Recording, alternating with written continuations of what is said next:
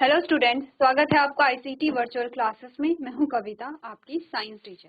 उम्मीद करती हूं आप सभी अच्छे होंगे और स्वस्थ होंगे।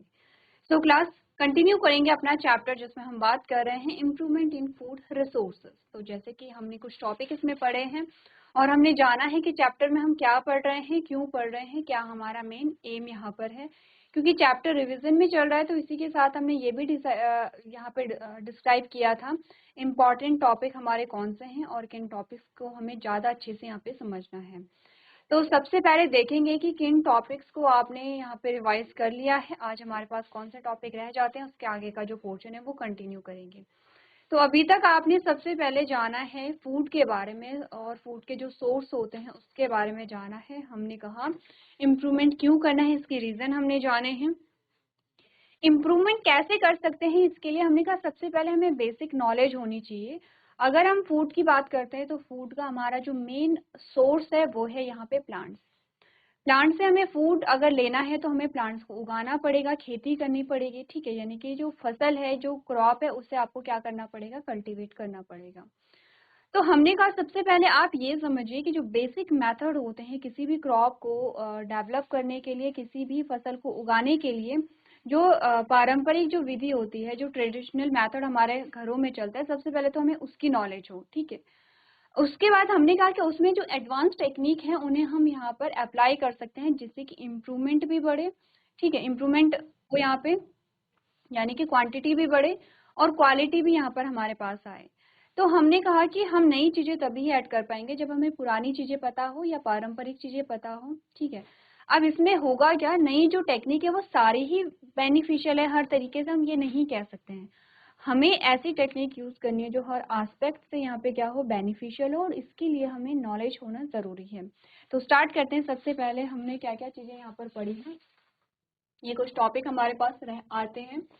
सबसे पहले इंट्रोडक्शन की हमने बात की है, फूड रिसोर्सेज या फूड सोर्सेज हमारे पास क्या क्या आते हैं उसके बारे में बात की है, ठीक है। बैलेंस डाइट क्या होता है, क्यों हमारे लिए इम्पोर्टेंट है, इसके बारे में हमने बात किया। अब हमने कहा सिर्फ हमें फूड नहीं लेना है, हमें बैलेंस डाइट लेनी है, ठीक है। फूड का मतलब ये है कि आपके पास कोई एक चीज है, फॉर एग्जाम्पल आपके पास गेहूं है और आप गेहूं को ही खा रहे हैं, ठीक है।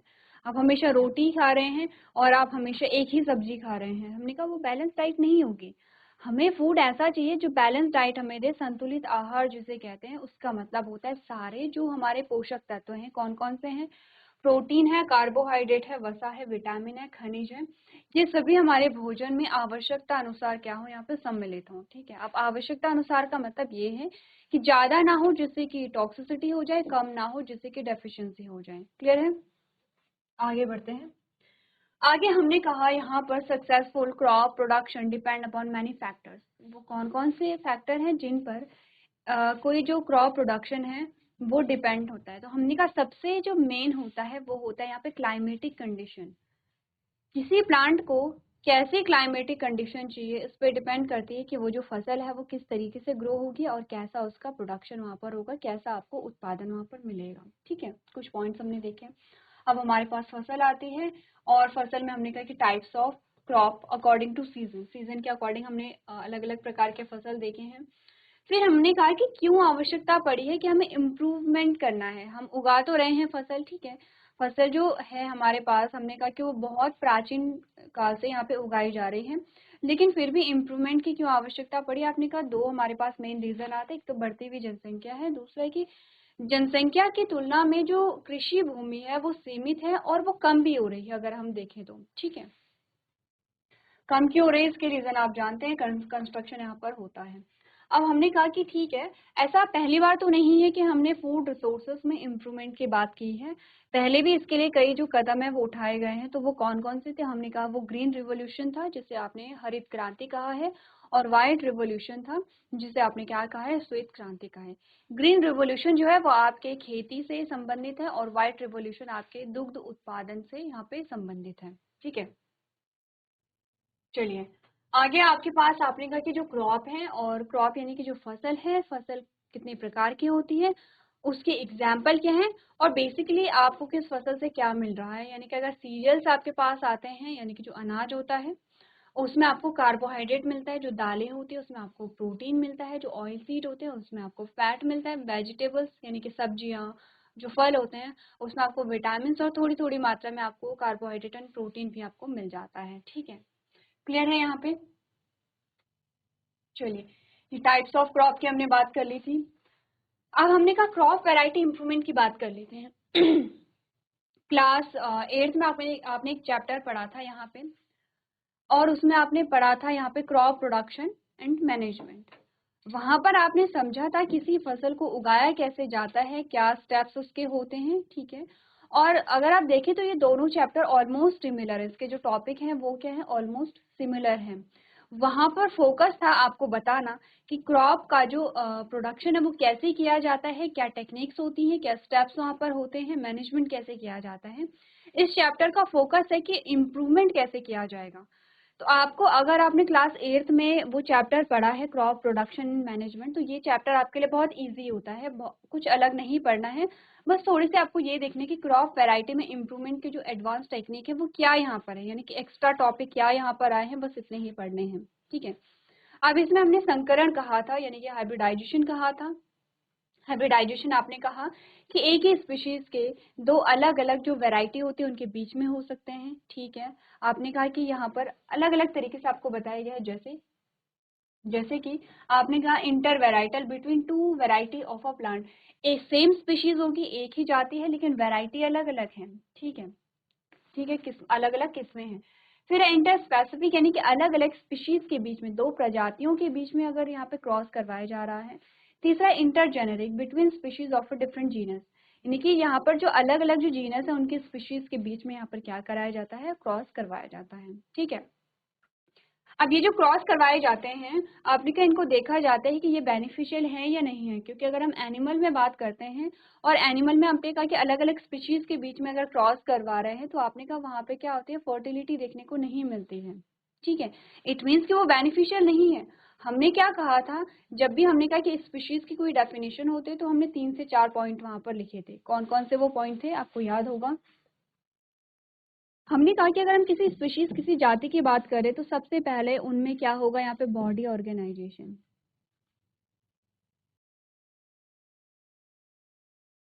शारीरिक संगठन। ठीक है, ये हमने पहले भी यहाँ पे पढ़ा है कि बॉडी ऑर्गेनाइजेशन सेम होगा। बॉडी ऑर्गेनाइजेशन का मतलब है कि इनकी शारीरिक संरचना सेम होती है, सिमिलर होती है। अगर कोशिका पाई जा रही तो सभी में कोशिका है, अगर अंग पाए जा रहे तो सभी में अंग होते हैं, इस प्रकार से। सेकेंड, हमने कहा इनके जो न्यूट्रिशन हैबिट है, पोषण संबंधित जो भी इनकी क्या है यहाँ पे हैबिट है, वो सभी में सेम होंगे। ठीक है, अब हमने कहा अगर कोई स्पीशीज है और अगर वो क्या है, परपोषी है, तो सभी परपोषी होते हैं। किस प्रकार के परपोषी हैं, अगर कोई, हमने कहा कि अलग अलग प्रकार के परपोषी हमने देखे थे, जैसे कि आपने कहा था परजीवी होते हैं, जैसे कि आपने कहा था मृतजीवी होते हैं, जैसे आपने कहा था यहाँ पे कीटभक्षी होते हैं, ये सारे ही परजीवी में आते हैं। और तीसरा हमने कहा था रिप्रोडक्शन। हमने कहा एक स्पीशीज के जो जीव होते हैं उनमें क्या होती है, रिप्रोडक्शन, वो आपस में रिप्रोडक्शन की प्रोसेस करते हैं, और यहाँ पर जो ऑफस्प्रिंग हमें मिलता है वो क्या होगा, फर्टाइल होगा। ठीक है, यानी कि इनफर्टिलिटी देखने को नहीं मिल रही है, फर्टिलिटी देखने को मिलेगी। तो यहाँ पर जो क्रॉस करवाए जाते हैं, जो संकरण कराए जाते हैं, वो इस प्रकार से देखे जाएंगे कि आगे फर्टिलिटी मिले, क्योंकि हमने एनिमल में क्या कहा था, आपने कहा हॉर्स एंड जो डंकी है, हमने क्या एग्जाम्पल लिया था, हॉर्स का लिया था और डंकी का लिया था। जब इन दोनों का क्रॉस कराया गया तो म्यूल आपको मिला, और आपने कहा म्यूल जो होता है वो क्या होता है, फर्टाइल नहीं होता है, इनफर्टिलिटी यहाँ पे देखने को मिलती है। ठीक है, तो इसी प्रकार से आपने कहा कि अगर फसलों में सुधार करना है तो आप संकरण कर सकते हैं, लेकिन संकरण कैसे होगा कि वो उसमें आपको फर्टिलिटी देखने को मिलेगी। फर्टिलिटी का क्या मतलब है, कोई जीव नई संतति उत्पन्न करने में सक्षम है। अब जो पौधे हैं, पौधों से मिलने वाले जो बीज हैं, वो आगे क्या है, नए पौधे उगाने में सक्षम होने चाहिए, तभी वो बेनिफिशियल होगा। क्लियर है यहाँ पे? चलिए, अब नेक्स्ट हमने कहा था जीन का परिचय, एक तो है संकरण, दूसरा हमने कहा जीन का परिचय, जिसमें हमने डीएनए टेक्नोलॉजी की बात की थी, हमने अच्छे से समझा था। और क्लास 12th में आपके पास एक चैप्टर आएगा डीएनए टेक्नोलॉजी। ठीक है, डीएनए टेक्नोलॉजी में आपने देखेंगे कि किस प्रकार से क्या होते हैं जो जीन्स हैं उनके यहाँ पे स्थानांतरण यहाँ पे किया जाता है। ठीक है, चलिए आगे बढ़ते हैं। यहाँ पर हमने कहा कि वो कौन से फैक्टर हैं जिन पर जो फसल है वो फसल का जो उत्पादन है वो निर्भर करता है। वो सेम ही है, आपने कहा जो आपके क्लाइमेटिक कंडीशंस होती हैं उन पे करता है, बीज की क्वालिटी पे करता है, सॉइल जो है वो आपने कहा कि आपके जो इन्वायरमेंट है उसी का पार्ट यहाँ पर आ जाता है। ठीक है, या अवेलेबिलिटी ऑफ वाटर, यहाँ पर सारी चीजें आ जाती हैं। क्रॉप प्रोडक्शन एंड मैनेजमेंट में हमने 3 प्रकार के देखे थे, no cost production, low cost production and high cost production. इसमें भी हमने यहाँ पर समझा था चीजों को। अब हमने कहा कि जो यहाँ पे प्लांट्स हैं उनके लिए एसेंशियल जो न्यूट्रिएंट्स है वो कितने होते हैं, 16 होते हैं, 16 होते हैं। कुछ कैसे होते हैं, आपने कहा कि मैक्रो न्यूट्रिएंट्स होते हैं, कुछ माइक्रो न्यूट्रिएंट्स होते हैं। ध्यान देखिए, एसेंशियल का मतलब है कि इंपॉर्टेंट है, चाहिए होंगे। अब यहाँ पर आपको एक टेबल आ रखी है जिसमें आपको मैक्रो न्यूट्रिएंट्स और माइक्रो न्यूट्रिएंट्स हमने यहाँ पर पढ़े थे। ठीक है, इसी के साथ हमने मेन्योर के बारे में पढ़ा था जिसे आप खाद कहते हैं, और हमने कंपोस्टिंग पढ़ी थी, क्या होती है कंपोस्टिंग, कंपोस्ट और वर्मी कंपोस्ट में डिफरेंस हमने पढ़ा था। ग्रीन मेन्योर हमने यहाँ पे पढ़ा था। उसके बाद हमने पढ़ा था फर्टिलाइजर्स या उर्वरक जिन्हें हम कहते हैं, उर्वरक के साथ क्या क्या सावधानियां, क्या प्रिकॉशंस आप यूज करेंगे।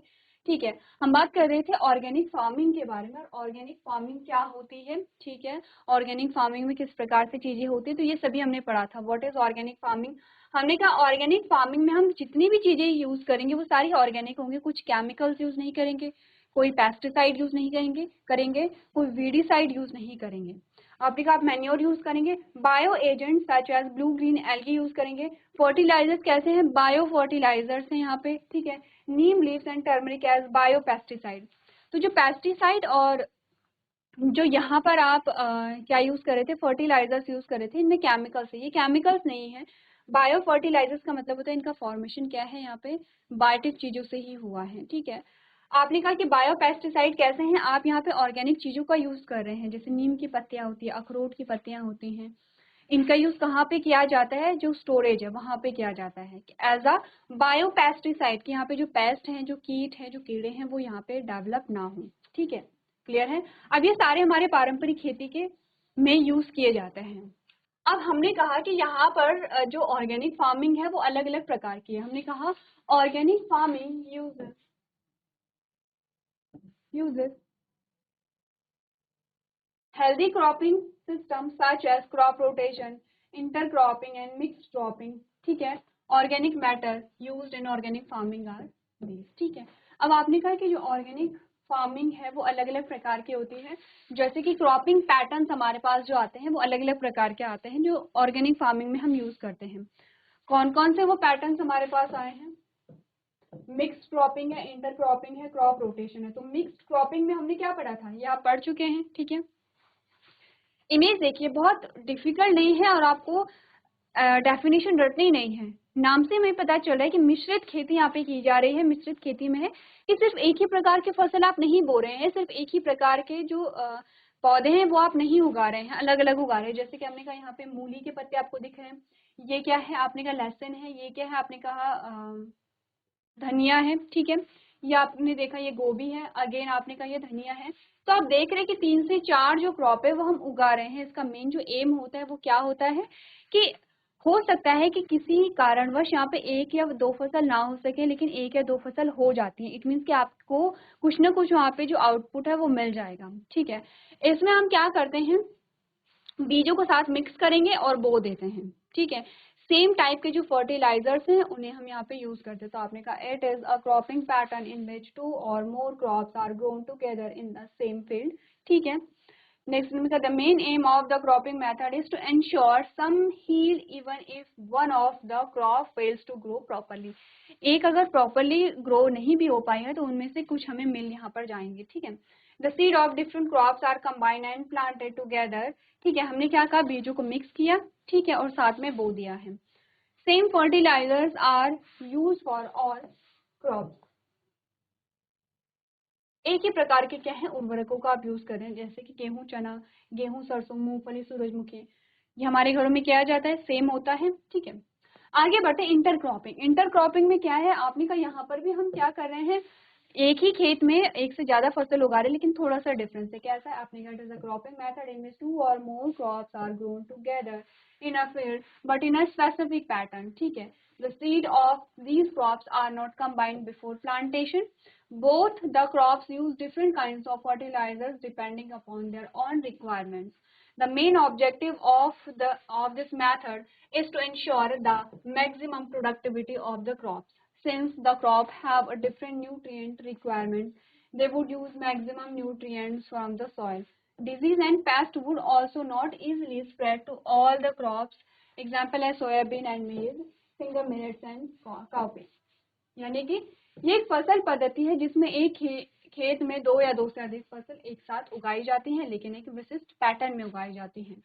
रोपण से पहले इन फसलों के बीजों को मिश्रित नहीं किया जाता है। ठीक है, मिश्रित नहीं करेंगे, अलग अलग बोएंगे।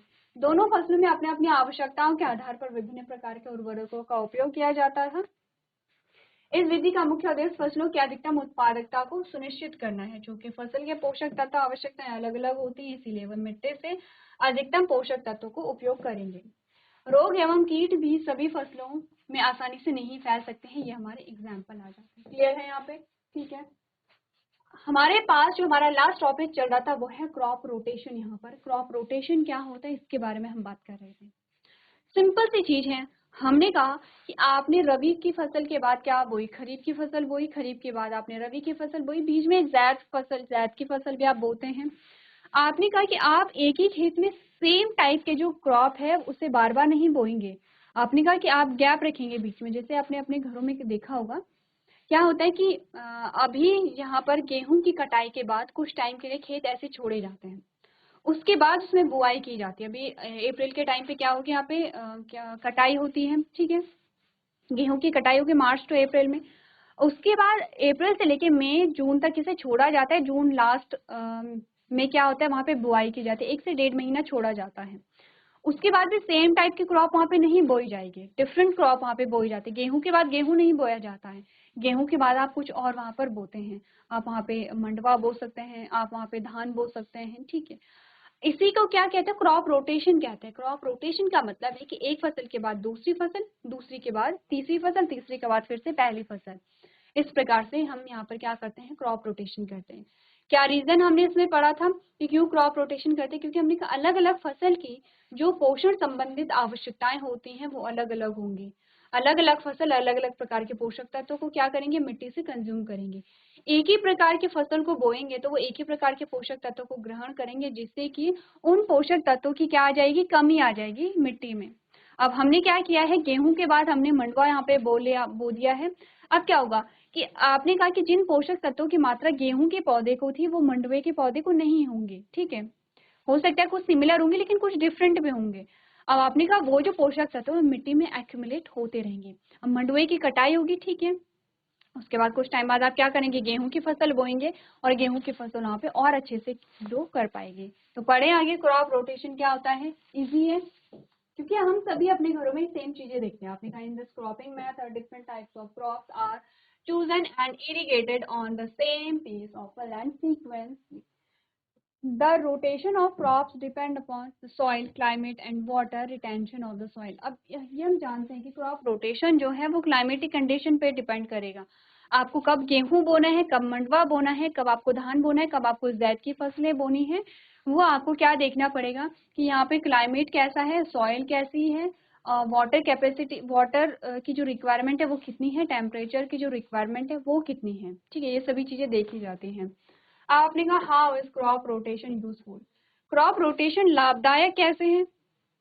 तो हमने कहा if farmers grow the same crop on the land for long term, the same nutrients keep on depending from the soil which leads to decrease in the soil fertility. Same चीज आपको यहाँ पे बता रखी है कि अगर हम एक ही फसल को बार बार बोएंगे तो बार बार एक ही तरीके के जो पोषक तत्व हैं वो मिट्टी से लिए जाएंगे। अब आपने कहा बार बार वो पोषक तत्व लिए जा रहे हैं तो मिट्टी में उन पोषक तत्वों की कमी आ जाएगी। ठीक है, but when crops with different nutritional requirements are grown, the soil nutrients get enriched and the fertility of the land is maintained। But अगर हमने क्या कहा है, एक फसल के बाद हमने कोई दूसरी फसल बो दी है तो उसने टाइम पीरियड में 4 से 5 महीने के टाइम पीरियड में वो जो पोषक तत्व हैं जो कि एक फसल ने, जो पहले वाली फसल ने लिए हैं, वो फिर से क्या हो जाते हैं, वहां पर मिट्टी में ऐड हो जाते हैं। इससे क्या होता है कि जो मिट्टी की उपजाऊ क्षमता वो बैलेंस रहती है यहाँ पर, ठीक है। Different crops are not susceptible to all kinds of pest and disease। Planting different crops on rotation can lead to a better yield। आपने कहा हर टाइप के जो यहाँ पर प्लांट्स होते हैं, देखिए अब यहाँ पे पेस्ट अगर लग रहे हैं या फंगल डिजीज अगर लग रही है तो हमने कहा ऐसा नहीं होता कि सब में सेम होगा, कि सभी में डिजीज रेजिस्टेंस कैपेसिटी पाई जा रही है या फिर सभी पौधे खराब हो जा रहे हैं। आपने कहा क्रॉप रोटेशन से ये भी होता है कि एक जो चेन चल रही है, अगर एक डिजीज है उसकी अगर चेन चल रही है तो वो ब्रेक हो जाती है, ठीक है। नेक्स्ट हमने कहा यहाँ पे crop rotation allow a reduction in the number of fertilizers and pesticides on the field. आपने कहा अगर हम क्रॉप रोटेशन को यूज करते हैं तो आपको फर्टिलाइजर्स यानी उर्वरक ज्यादा यूज नहीं करने पड़ेंगे, कीटनाशक आपको ज्यादा यूज नहीं करने पड़ेंगे, ठीक है। चलिए, तो ये आपने एक इमेज देखी थी क्रॉप रोटेशन के बारे में। अब हम पढ़ते हैं वीड और वीड को कंट्रोल करने के जो मेथड होते हैं, और ये सेम टॉपिक आपने पढ़ा है क्लास 8th में। वीड्स हमने का अनवांटेड प्लांट होते हैं, ठीक है। अनवांटेड प्लांट है, क्या हमने बात की है, देखिए ये हमारी फसल है, ठीक है। अब ये क्या करेंगे, मिट्टी से अपने पोषक तत्व भी लेंगे और मिट्टी से क्या करेंगे, अपने जो पानी है, जो मिनरल्स है वो भी लेंगे। लेकिन इनके साथ साथ आपने का कुछ और जो घास जैसे पौधे हैं वो ग्रो हो जाते हैं इस प्रकार से। अब आपने कहा इनसे आपको कोई उत्पाद तो नहीं मिल रहा है, ऐसा तो नहीं है कि इनसे भी कुछ हमें क्या मिलेगा, उत्पाद मिलेगा। लेकिन ये क्या करेंगे, ये मिट्टी से पोषक तत्व और पानी को ग्रहण करते रहेंगे। अगर ऐसा होगा तो फिर क्या होगा, एक तो यहाँ पे कंपटीशन हो जाएगा पानी के लिए और पोषक तत्वों के लिए। दूसरा, यहाँ पे जो इनकी जड़ें हैं, ये जो पौधे हैं इनकी जो जड़ें हैं, इनको जगह नहीं मिलेगी डेवलप होने के लिए, ग्रो करने के लिए। जड़ें जितनी ज्यादा ग्रो करेंगी पौधा उतना ही अच्छा वहां पे खिलेगा, फली उतनी ही अच्छी लगेगी और उतना ही अच्छा आपको अनाज मिलेगा या उतनी ही अच्छी आपको उत्पाद मिलेगा। अब आपने कहा क्योंकि इनकी भी जड़ें यहाँ पर होंगी तो ये अच्छे से क्या होंगे, ग्रो नहीं कर पाएंगे, इन्हें अच्छे से पोषक तत्व तो नहीं मिल पाएंगे, अच्छे से इन्हें क्या नहीं मिल पाएगा, पे पानी नहीं मिल पाएगा। क्योंकि हमने कहा कि ये हमारे लिए किसी भी प्रकार से उत्पाद नहीं हमें दे रहे हैं, तो अब हमें इन्हें रिमूव करना पड़ेगा। तो इन्हें हम वीड कहते हैं और इन्हें रिमूव करने की जो प्रोसेस है उसे हम वीडिंग कहते हैं, ठीक है। क्लियर है? तो पढ़ ले यहाँ पे वीड क्या होते हैं, वीड को कंट्रोल करने के क्या मेथड होते हैं। आपने कहा along with crop sometimes some other plants also grow up which are not needed, यानी कि जिनकी आवश्यकता नहीं है वो भी ग्रो यहाँ पर कर जाते हैं। These are called weeds. क्या कहेंगे इन्हें, वीड कहेंगे या इन्हें कहते हैं खरपतवार कहते हैं, ठीक है। वैसे जब हम इन्हें निकाल देते हैं तो इनमें से कुछ ऐसे खरपतवार होते हैं जिनका उपयोग हम चारे के रूप में करते हैं, सभी का यूज नहीं करते हैं। कुछ कुछ कैसे होते हैं यहाँ पे, विषैले होते हैं, लेकिन कुछ कुछ यहाँ पे सही होते हैं। तो इनकी पहचान होती है। जो फार्मिंग करते हैं, जैसे आपने घरों में अपने देखा होगा अपने पेरेंट्स को, ग्रैंड पेरेंट्स को, उन्हें पता होता है कि कौन से ऐसे वीड्स हैं जिन्हें हम चारे के रूप में प्रयोग कर सकते हैं, कौन से ऐसे वीड्स हैं जिन्हें चारे के रूप में प्रयोग नहीं किया जाता है, ठीक है। Weeds can affect the crop as they utilize the nutrients from the soil that are meant to be used by the crops। Next हमने कहा कि वीड्स को कंट्रोल कैसे करें, तो आपने कहा वीडीसाइड यूज करेंगे जो खरपतवार नाशी है। अच्छा, अगर हम अपने घरों में बात करें तो हम इसे हाथ से निकालते हैं, कुदाल का प्रयोग करते हैं या हाथ से इन्हें निकालते हैं। लेकिन बहुत बड़ी स्केल पर अगर फार्मिंग की जा रही है तो हाथ से निकालना पॉसिबल नहीं है, तब यहाँ पे क्या करते हैं, वीडीसाइड या फिर खरपतवार नाशी का प्रयोग करते हैं।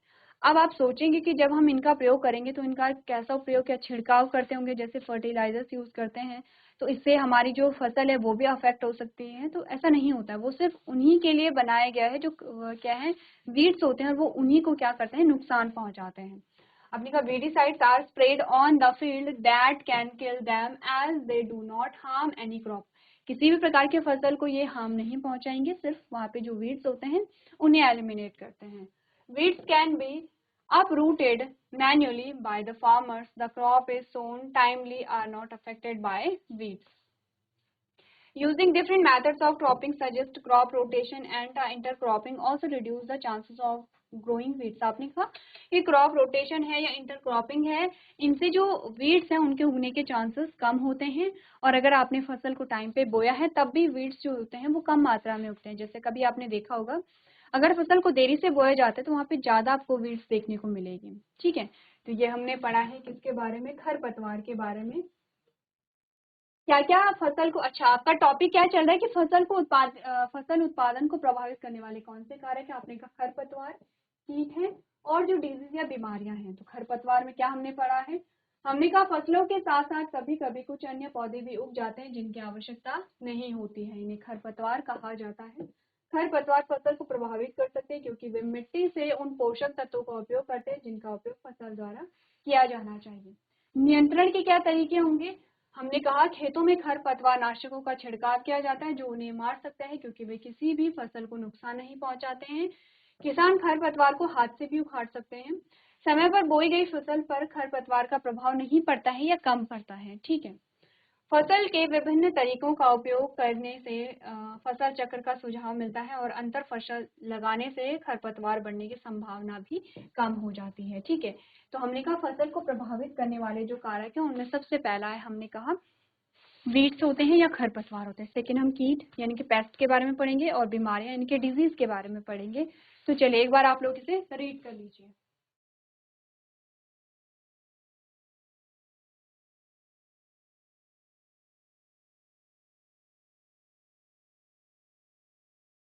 चलिए आगे बढ़ते हैं और नेक्स्ट हम देखते हैं कि जो फसल को प्रभावित करने वाला कारक है उसमें सेकंड जो हमारे पास आएगा वो है पेस्ट यानी कि जो कीट होते हैं। तो आपने देखा होगा कि जो कई बार जो फसल होती है वो खराब हो जाती है। जैसे कि अगेन आप एक चैप्टर पढ़ेंगे 12th में बायोटेक्नोलॉजी, जिसमें आप डीएनए टेक्नोलॉजी के बारे में भी पढ़ेंगे, या फिर आप देखेंगे रिकॉम्बिनेंट डीएनए टेक्नोलॉजी आप पढ़ेंगे। और इसी में एक चैप्टर आपके पास और आता है जिसमें आप बात करते हैं यहाँ पर कि जो पेस्ट होते हैं, पेस्ट से बचाने के लिए पौधों को हम यहाँ पर यूज करते हैं जीन को, यानी कि जो जीन में जो डिजीज रेजिस्टेंस कैपेसिटी है अगर किसी जीन में होती है तो उसे हम ट्रांसफर कर देते हैं पौधों में, और जिससे कि यहाँ पर जो प्लांट होते हैं वो डिजीज फ्री रहते हैं। जैसे कि बीटी कॉटन एक एग्जांपल हमारे पास आता है, कॉटन के एक प्लांट होता है, उनमें एक जीन को डाला जाता है जिससे कि एक जो कीट होता है जब वो उसे खाता है तो उससे वो जो जीन है वो टॉक्सिन प्रोड्यूस करेगा, यानी कि वो क्या करेगा, जो विष है उसे प्रोड्यूस करता है जिससे कि वो जो कीट है उसकी मृत्यु हो जाती है। तो ऐसे ही अगर कीट वहां पर क्या करेंगे, फसलों को खाएंगे तो उनकी वहां पे मृत्यु हो जाती है, जिससे कि क्या होगा, जो प्लांट है वो डिजीज फ्री यहाँ पे रह सकते हैं। तो पढ़ते हैं यहाँ पर पेस्ट में हमने क्या बात की है। आपने कहा several insect and paste can affect the crop in different ways. They can cut the parts of the crop like fruit leave and stems. आपने देखा होगा कई ऐसे पेस्ट होते हैं जो पौधों को काट देते हैं। ठीक है, स्पेसिफिक पार्ट को काट देंगे, या तो पत्ती को काट देंगे या तने को काट देंगे या फूल को काट देते हैं। ठीक है, या फिर आपने कहा they can get into the stem and root of the plant. ये क्या करेंगे, या तो तने और जड़ में घुस जाते हैं और अंदर ही अंदर पौधे को खोखला करने लगते हैं जिससे कि जो पौधा है वो सूख जाता है। या फिर आपने कहा they suck the cell sap of the plant and hence destroy them. ये क्या करते हैं, जो प्लांट होता है उसका जो सैप होता है, जो तरल होता है, उसे क्या करते हैं, एब्जॉर्ब कर लेंगे, अवशोषित कर लेते हैं जिससे कि पौधा सूख जाता है। तो कंट्रोल करने के क्या क्या मेथड इन्हें होते हैं। आपने कहा pesticide and insecticides are spread on the field to kill the germs. आपने कहा हम कीटनाशक का उपयोग यहाँ पर करते हैं, ठीक है, जिससे कि इनकी क्या हो जाती है, मृत्यु हो जाती है। अगेन सेम है कि ये क्या करेंगे, जो हमारी फसल है उसे प्रभावित नहीं करेंगे बल्कि इन कीटों को ही प्रभावित करेंगे। Crop should be checked timely to ensure safety against pest. आपने कहा टाइम टू टाइम यहाँ पर जो क्रॉप है उसे देखा जाता है कि क्रॉप सही है या उस पर कोई पेस्ट तो नहीं लगा है, क्योंकि अगर हमें टाइम से पता चल जाए या अर्ली स्टेज में हमें पता चल जाए तो हम वहां पर जो भी मेथड्स हैं उन्हें अप्लाई कर सकते हैं। अगर आपने टाइम टू टाइम चेक नहीं किया तो हो सकता है पूरी जो फसल है वो खराब हो चुकी हो वहां पर। नेक्स्ट हमने कहा use of effective cropping methods such as crop rotation ensure insect management in the field. आपने कहा एक तो क्रॉप रोटेशन को यूज कीजिए, इसमें हमने यही कहा था कि जरूरी नहीं है, हमने कहा कोई एक फसल आपने बोई है और इस पे क्या है इंसेक्ट लग गए हैं, उसके बाद आपने क्रॉप रोटेशन किया और दूसरी फसल को आपने बो दिया, तो हमने कहा कि जरूरी नहीं है कि इस पे भी वो सेम जो पेस्ट हैं, जो सेम जो कीट हैं वो इन्हें भी अफेक्ट करेंगे, क्योंकि इनके जो नेचर है, इनकी जो रिक्वायरमेंट है वो अलग है। तो आपने कहा कि हो सकता है कि इन्हें वो अफेक्ट ना करें। इससे क्या हो जाएगा, इससे हमने कहा कि एक जो चेन चल रही है वो यहाँ पे ब्रेक हो जाती है। दूसरा हमने कहा पेस्ट इंसेक्ट मैनेजमेंट, ठीक है। नेक्स्ट हमने क्या कहा, sometimes summer plugging is also used to destroy the weeds and plant, ठीक है। यहाँ पर काफी टाइम क्या की जाती है, यहाँ पे प्लगिंग की जाती है या फिर खेतों में आपने का हल लगाया जाता है, हल जोता जाता है। जैसे जब आपने हल का टाइप देखा था तो हमने कहा था कि इस प्रकार से एक जो हल है इस प्रकार से लगा होगा और ये कॉम जैसा स्ट्रक्चर है, इससे क्या किया जाता है, हल लगाया जाता है इसके। अब ये क्या करते हैं, यहाँ पर जो एक्स्ट्रा वहाँ पे जो पेस्ट होते हैं उन्हें डिस्ट्रॉय करने के लिए, जो एक्स्ट्रा वीड्स होती हैं उन्हें उखाड़ने के लिए भी इफेक्टिव होते हैं। तो क्या पढ़ा हमने कहा कई कीड़े और कीट विभिन्न तरीके से फसल को प्रभावित कर सकते हैं, जैसे कि वे फसल के कुछ हिस्सों जैसे फल, पत्तियां और तने को काट सकते हैं, वे पौधे के तनों और जड़ों में जा सकते हैं, वे पौधे की कोशिका का रस चूसते हैं और उन्हें नष्ट कर देते हैं। नियंत्रण के तरीके में हमने क्या पढ़ा, कीटाणु को मारने के लिए खेतों में कीटनाशकों का छिड़काव किया जाता है। कीटों से सुरक्षा सुनिश्चित करने के लिए फसलों के समय पर जांच की जाती है। फसल चक्र जैसी प्रभावी फसल पद्धतियों का उपयोग खेतों में कीट प्रबंधन सुनिश्चित करता है। कभी कभी ग्रीष्मकालीन जुताई का उपयोग खरपतवारों और कीटों को नष्ट करने के लिए भी किया जाता है, ठीक है। सेकंड हमने क्या पढ़ा है, कीट के बारे में यहाँ पर पढ़ा है। तो आपने यहाँ पर देखा, आपने कहा प्रिवेंशन है, ठीक है। सबसे पहले तो हम क्या करेंगे, रोकथाम करेंगे। हम वेट नहीं करेंगे कि हमारी फसल पे क्या है पेस्ट लग गए हैं, कीड़े लग गए हैं और तब जाके हम वहाँ पे कोई मेथड अप्लाई करें। हमने कहा हमारा सबसे पहला जो यहाँ पर कोशिश होगी वो होगा प्रिवेंशन, यानी कि रोक, कि सबसे पहले तो कीट लगे ही ना, ठीक है। दूसरा हमने कहा पेस्ट एंड सिम्टम्स आइडेंटिफिकेशन। दूसरा अगर हम कहेंगे कैसे हम प्रिवेंट कर सकते हैं, कि हम आइडेंटिफाई करेंगे कि कोई पेस्ट तो नहीं है, क्योंकि पेस्ट हमें दिखते नहीं है हमेशा, ठीक है, कुछ ही वहां पर दिखेंगे, हमें सिम्टम्स दिखाई देते। तो सबसे पहले हम समझते हैं सिम्टम्स से, देखिए जैसे कि आपने कहा ये पौधा सूख रहा है, जैसे आपने कहा कि इसकी पत्तियां टूट रही हैं बार बार। नेक्स्ट हमने कहा रेगुलर ऑब्जर्वेशन हम करते हैं, टाइम टू टाइम हम यहाँ पे क्या करेंगे, ऑब्जर्व करेंगे, ठीक है। प्लांट थ्रेश होल्ड है यहाँ पर, या बेस्ट मैनेजमेंट पेस्टिसाइड्स है। यहाँ पे कुछ हमारे पास टेक्निक आती है जिससे कि हम क्या करते हैं, जो पेस्ट हैं उन्हें यहाँ पे कंट्रोल करते हैं। नेक्स्ट इसके बाद हमारे पास आएंगे कुछ डिजीज आती हैं जो कि पौधों को यहाँ पे या फसल को यहाँ पे प्रभावित करती हैं। वो कौन कौन सी डिजीज होती हैं इसके बारे में हम पढ़ेंगे अपने नेक्स्ट लेक्चर में। तो अभी तक का जो पोर्शन है वो आपको रिवाइज करना है, आपके पास नोट्स होंगे, आपने नोट्स सामने रखने हैं। तो आगे का पोर्शन हम नेक्स्ट लेक्चर में कंटिन्यू करेंगे। तो आज के सेशन में हम इतना ही करेंगे। अभी तक क्लास में बने रहने के लिए आपका धन्यवाद।